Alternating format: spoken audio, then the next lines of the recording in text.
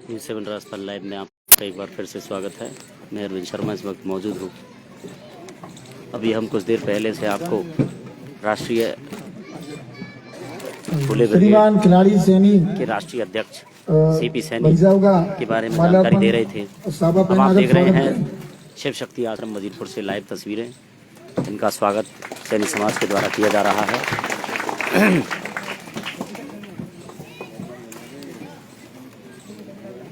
सभी पंच पटेलों के द्वारा, सभी सैनी समाज के गणमान्य नागरिकों के द्वारा, वृद्धजनों के द्वारा इनका स्वागत किया जा रहा है। जन अधिकार यात्रा के तहत वजीरपुर में इनका यहाँ आगमन हुआ है।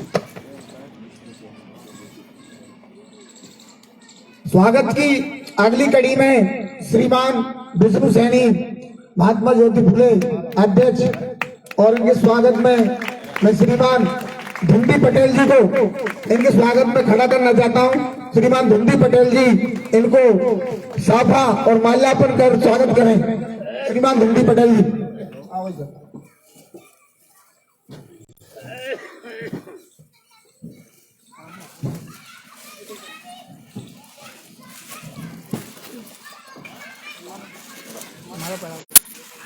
काफ़ी महिलाएं पुरुष यहाँ पर मंच पर मौजूद हैं। चारों तरफ आप देख रहे हैं।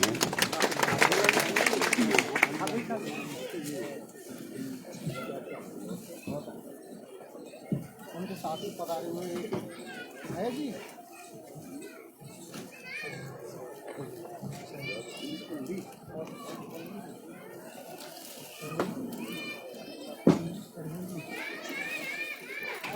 स्वागत की अगली कड़ी में श्रीमान सरवन जी, जिनका स्वागत करेंगे भरोसी मेंबर साहब।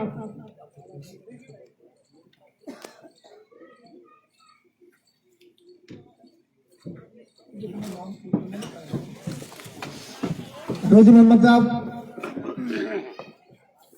फुले ब्रिगेड के सभी सदस्यों का स्वागत किया जा रहा है वजीरपुर के सभी पंच पटेलों के द्वारा, सैनी समाज के वरिष्ठ नागरिकों के द्वारा साफा और माला पहना करके। न्यूज़ 7 राजस्थान लाइव के माध्यम से आप देख रहे हैं। हमारे चैनल को लाइक, शेयर और सब्सक्राइब करना ना भूलें। चैनल को मजबूती प्रदान करने के लिए हमें स्टार भेजना ना भूलें। समय समय स्वागत के लिए स्टार भेजते रहे, श्रीमान जिससे मनमोहन पटेल और भी मजबूती के साथ हम खड़े होंगे आपको दिखा उनके स्वागत के लिए।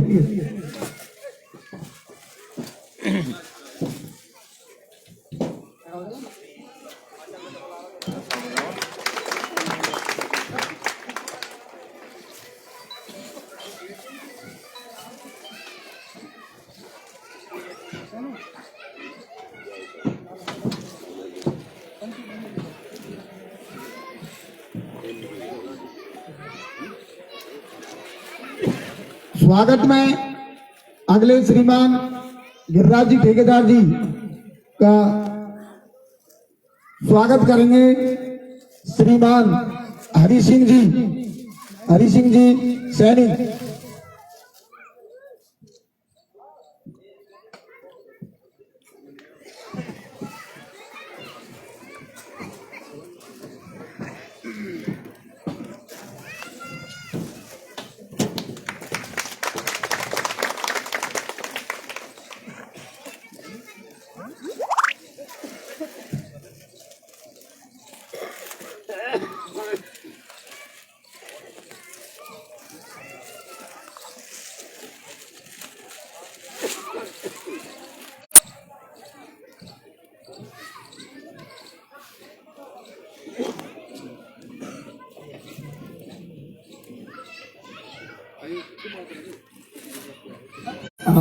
आ जाओ।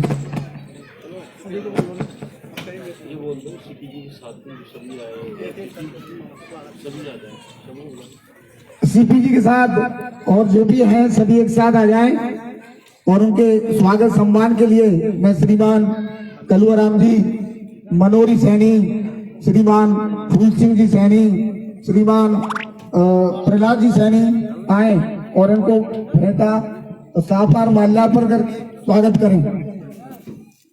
खड़े हो। आप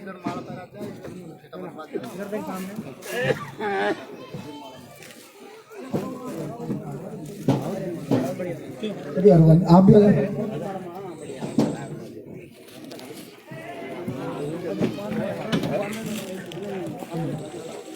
कुछ देर बाद हम आपको दिखाएंगे सीपी सैनी श्री सोनलाल जी राष्ट्रीय अध्यक्ष फुले ब्रिगेड के सभा स्थल से सीधे लाइव अभी स्वागत समारोह चल रहा है। इसके बाद में सीधे जनसभा को संबोधित करते हुए हम आपको देखे चलेंगे। तब तक न्यूज़ 7 राजस्थान देखने के लिए धन्यवाद। मेरे क्रांतिकारी युवा साथी नमस्कार, एक बार फिर से आपका स्वागत है न्यूज़ और मेरे मंचासीन अतिथि, मेरे बीच में विराजे मेरे ततुल्य बुजुर्ग सीपी सैनी और हमारे क्रांतिकारी युवा साथी, जन अधिकार मेरी यात्रा बहनें और मेरी माताएं को संबोधित करते हुए मेरे साथियों, जैसा कि आज आपको पता है कि आज हर एक युवा चाहता है कि कुछ परिवर्तन होना चाहिए और उस परिवर्तन की घड़ी में हम सब लोग मिलकर आगे बढ़ रहे हैं। और यही नहीं, हमने 50% तो परिवर्तन कर दिया, क्योंकि हम जो सरकारों से मांग रहे हैं वो गलत नहीं मांग रहे, क्योंकि आपको तो ये पता ही नहीं कि हम मांग क्या रहे हैं सरकारों से। हम सरकारों से कह रहे हैं कि भाई सबको मिलना चाहिए, सबको उनके हक और अधिकार मिलने चाहिए, लेकिन उसके साथ साथ हमें भी मिलने चाहिए। बताइए गलत मांग रहे हैं क्या? हम कहते हैं कि औरों के बच्चों को हॉस्टल मिलते हैं अच्छे अच्छे, औरों के बच्चों को लाइब्रेरी मिलती है, औरों को बच्चों को स्कूटी मिलती है, औरों के बच्चों को स्कॉलरशिप मिलती है, औरों को बच्चों को तुम 2200 रुपए में डॉक्टर बना देते हो। तो भैया हमें भी मिलना चाहिए कि नहीं मिलना चाहिए? और जोरदार आवाज लगाइए, मिलना चाहिए कि नहीं मिलना चाहिए? आज आप सारे लोग यहाँ जो बैठे हुए हैं, मुझे कोई दिख नहीं रहा है, कोई कलेक्टर होगा यहाँ पे, मुझे ये भी नहीं दिख रहा होगा कि यहाँ कोई बड़ा अधिकारी होगा।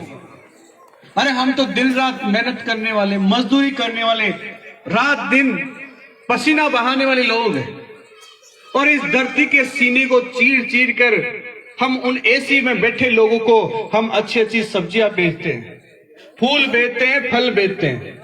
बताओ भेजते हैं कि नहीं भेजते? लेकिन वो एसी में बैठे हुए लोग कभी सुनते ही नहीं है। वो यही नहीं ध्यान रखते कि आखिर ये 75 साल से इनका शोषण किया जा रहा है, 75 साल से इनको कोई पूछा नहीं जा रहा, तो आज इनको चाहिए।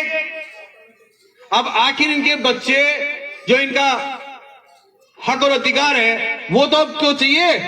भाई 75 साल से हमारे बाप दादा भोले वाले थे, हमारे बाबा बैठे थे, कहते थे लड़ाई की बात आ जाती, अरे नहीं भाई लड़ने को नहीं, बैठ जाओ।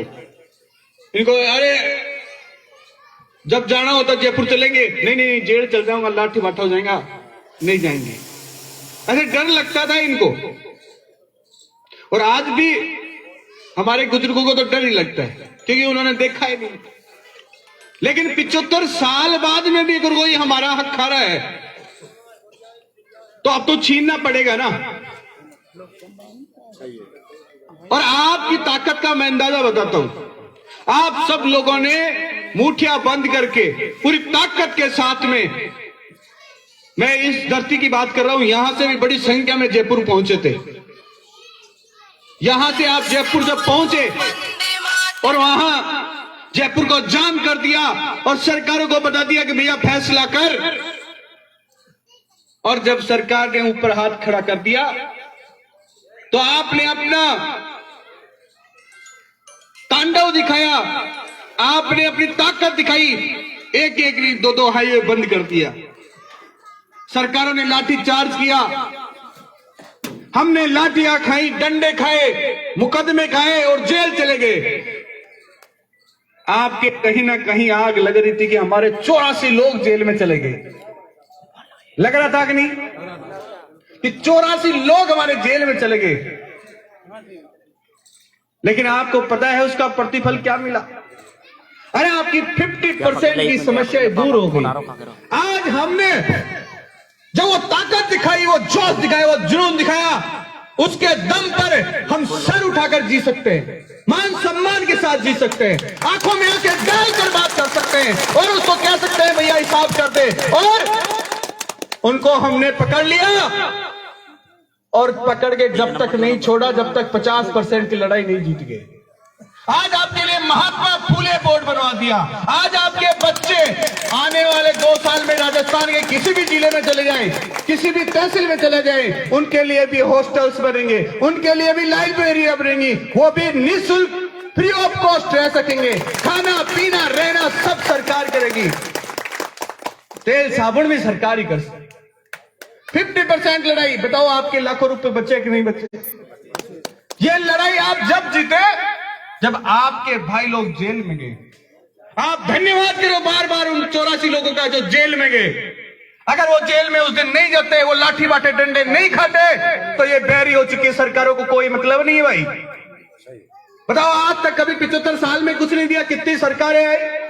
हम लोग इतने भोले हैं कि हमारा एमएलए आता है, हमारा कोई प्रधान आता है, जिला परिषद जिला प्रमुख आता है, वो कहता है हम उसके लिए दरिया बिछा देते हैं, उसकी सेवा में माड़ा सब बिछवा देते हैं, चाय प्लेट कप उठा देते हैं और हर व्यवस्था ही करते हैं उसके लिए। लेकिन कभी उसने आकर आपसे पूछा क्या कि बेटा मैं तुम्हारे बेटे को डॉक्टर बना दूं? कभी कहा क्या आपको कि मैं आपको कलेक्टर बना दूं? बाबा कहा क्या?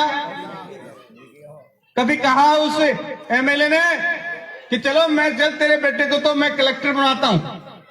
कहा क्या? नहीं कहा। नहीं कहा ना? नहीं कहा।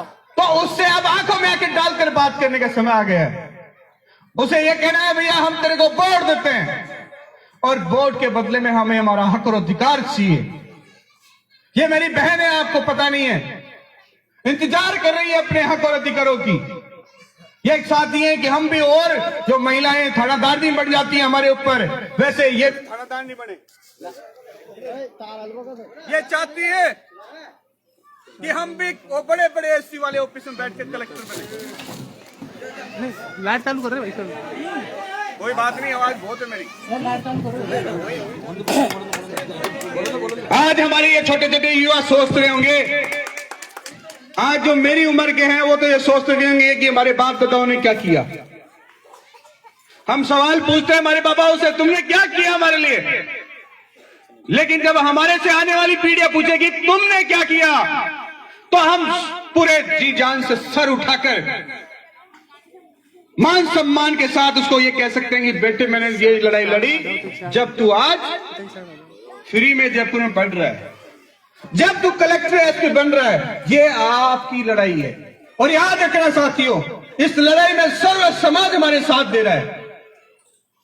आज ये लड़ाई मैं आपको फिर बता देता हूं, क्योंकि पहली बार आया हूं वजीरपुर में, और वजीरपुर के क्रांतिकारियों का मैंने जो जोश और जुनून देखा, उससे मेरा सीना भी 56 इंच का हो गया। जो जोश और जुनून जो आपका देखा, तो मुझे ऐसा एहसास हुआ कि राजस्थान में अगर कोई सबसे ज्यादा जिंदे लोग हैं, जो सबसे ज्यादा ताकतवर हैं, जो सबसे ज्यादा जुनून वाले हैं, वो है तो सिर्फ और सिर्फ वजीरपुर के लोग हैं। आपने कुछ घंटों में आपने इतनी बड़ी व्यवस्थाएं कर दी, ये बहुत ही काबिल तारीफ है। मैं आपको इसके लिए बार बार धन्यवाद करता हूं, कितना बहुत शानदार कार्यक्रम कुछ घंटों में कर दिया आपने। तो आप विश्वास रखिए, ये आपका भाई सर कटवा लेगा, लेकिन आपके सर को झुकने नहीं देगा।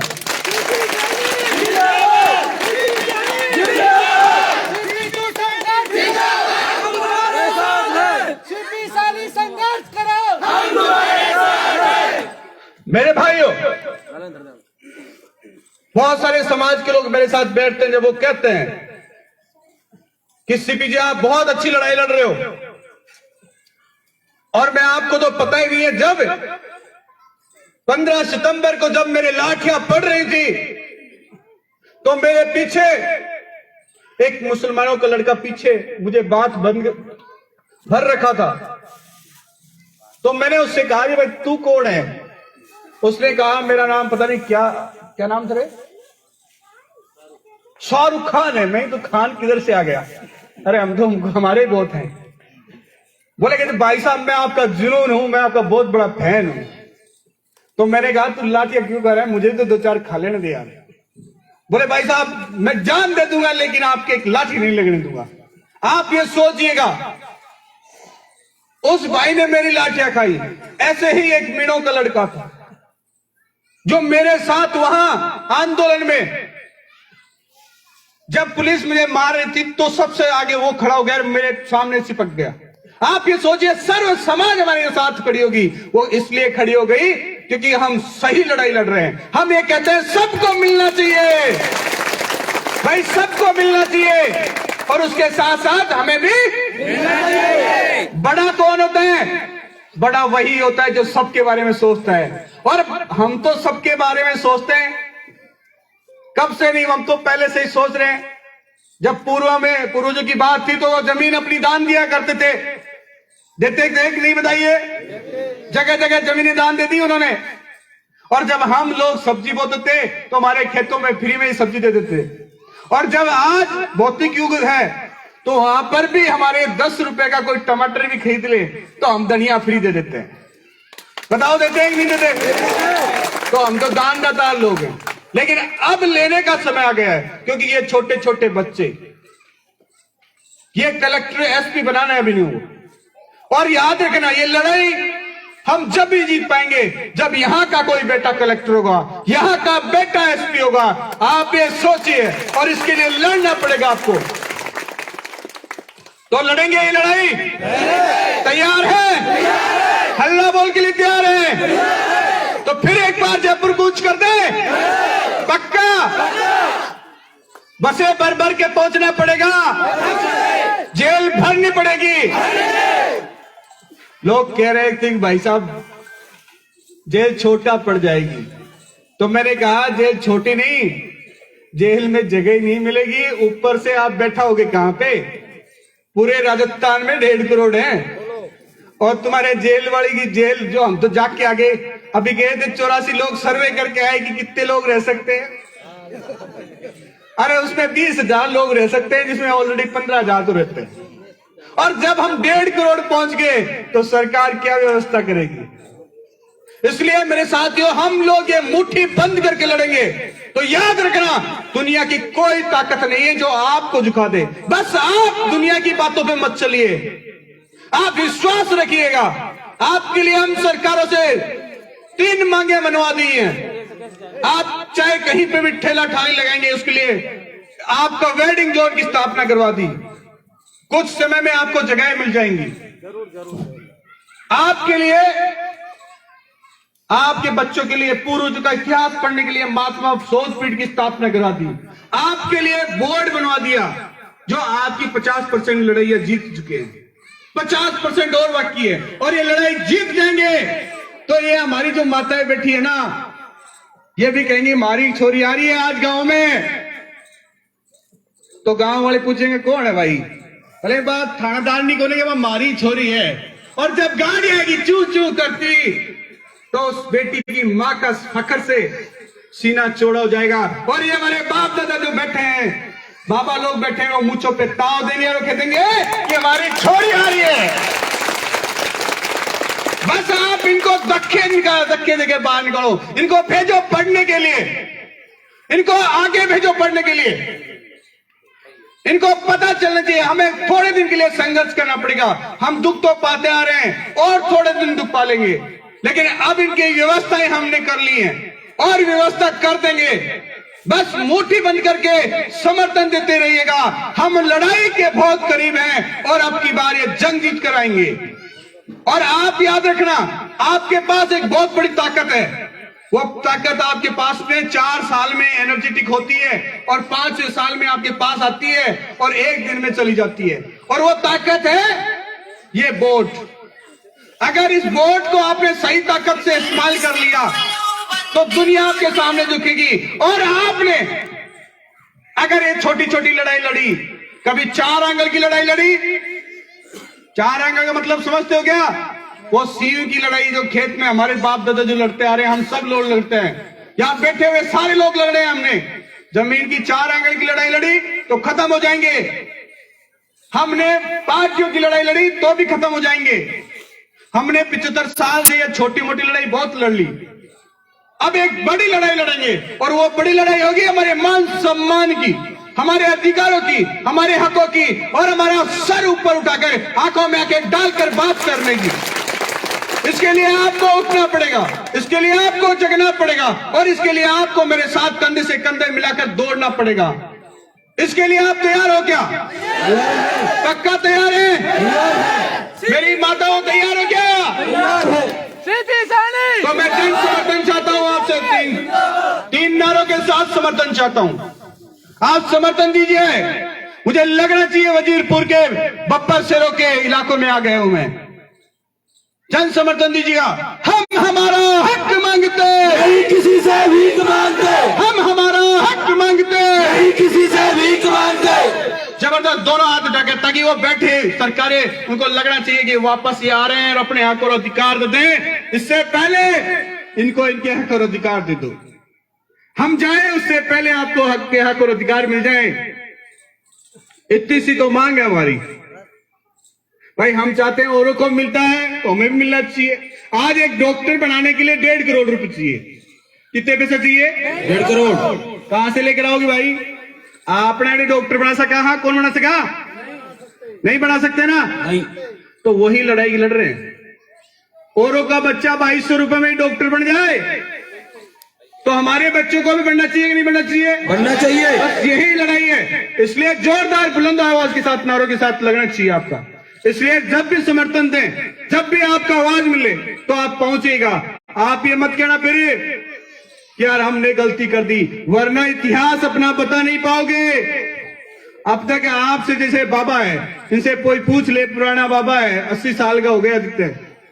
अब इनसे कोई पूछ ले बाबा तूने क्या किया, बाबा कुछ नहीं बता पाएगा। ये कहेगा कि हमारे तो फलाना राजा हुआ करौली में, फलाना वो हुआ, बड़े महाराज हुए, यही बताएंगे ना। लेकिन यहां पर मेरे साथ 25 फरवरी को विधानसभा घेराव करने कौन कौन गया? कोई नहीं गया। और 15 सितंबर को गए, वो गए 15 सितंबर को। अच्छा 25 फरवरी को गए, वो 25 फरवरी को गए। वो युवा वो बुजुर्ग हमारे, वो अपने पोते पोतियों को कह सकते हैं, जब इनके पोते पोती छोटे छोटे हो जाएंगे और इनकी नाड़ हिलने लग जाएगी, कुर्सी पे यूं करने लग जाएंगे, जब इनका बेटा पोता पोती ज्यादा चूचपाट करेगा, ज्यादा नोटंकी करेगा, तो उसको कहते हैं ओए बैठ जा नीचे, क्या बकवास करे इधर बैठ। बोले क्या तुझे पता नहीं है, जब पूरे हिंदुस्तान में किसी की हिम्मत नहीं थी कि वो इन गुलामियों के से लड़ सके, इन जंजीरों को तोड़ सके, लेकिन हमने हिम्मत की और राजस्थान की विधानसभा में जाकर झंडा गाड़ दिया और दुनिया को बता दिया कि हम कमजोर नहीं हैं। अब उनके लिए एक बार जोरदार तालियां, दोनों हाथ ऊपर उठा के। ये इतिहास लिखा है उन्होंने। मैं आप दोनों भाइयों का धन्यवाद करता हूं। ऊपर आइए, दोनों को मैं माला पहना के जाना चाहता हूं। आइए ऊपर आइए। हाँ भाई आप भी आज 15 सितंबर को जो गए थे, ये 2 भाई ये अपना इतिहास बताएंगे, ये खुद का इतिहास बताएंगे। ये नहीं कहेंगे कि मैं पूरा जीवन खेत के अंदर पसीने बहा रहे हो कि बेटा। और आप बताइए कमा के कहां क्या लेके जाओगे? कितना रकम इकट्ठा कर लिया हमने। इसलिए मैं इतना कहना चाहता हूं, मैं पहनाऊंगा हो। अरे नहीं, आपका मान सम्मान मैं करूंगा।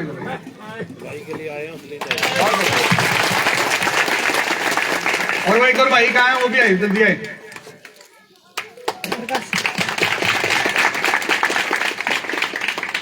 ये बहुत बड़ी ताकत है। इसलिए मैं अब जाते जाते 3 नारों के साथ समर्थन लेके जाऊंगा। आ जाओ ऊपर जाओ। हम हमारा हक मांगते, नहीं किसी से भीख मांगते। हम हमारा हक मांगते, नहीं किसी से भीख मांगते। जय जय फूले, अरे जय जय फूले, अमर है। कार्यक्रम आयोजित कमेटी को मैं फिर एक बार दिल से धन्यवाद करता हूं। बहुत ही सुंदर कार्यक्रम किया। इतना खर्चों करने की आवश्यकता कौन सी, लेकिन क्योंकि अपन तो सादा सिंपल है, नीचे बैठने वाले लोग हैं। मैं भी आपके जैसे एक छोटे से गांव से हूं। एक उमंग है, एक जोश है, और वो जोश यही है कि दुनिया को जब देखता हूं, आज मेरे लोगों को देखता हूं कितनी पुलिस प्रताड़ना करती है। आज आप में से किसी कोई पुलिस वाले को उठा ले जाए, कोई किसी भाई को उठा ले जाए पुलिस, तो छुड़वाना मुश्किल हो जाता है। हमने ये प्रताड़ना सही है, तो मैं नहीं चाहता कि आने वाली पीढ़ी में कोई भी भाई ये परेशानी सही है। ये इसीलिए लड़ाई लड़ रहे हैं, और इस लड़ाई में आपको कंधे से कंधा मिलाकर खड़ा होना पड़ेगा। इसी के साथ बहुत बहुत धन्यवाद। फिर एक बार वजीरपुर के क्रांतिकारी साथियों को मेरा सलाम।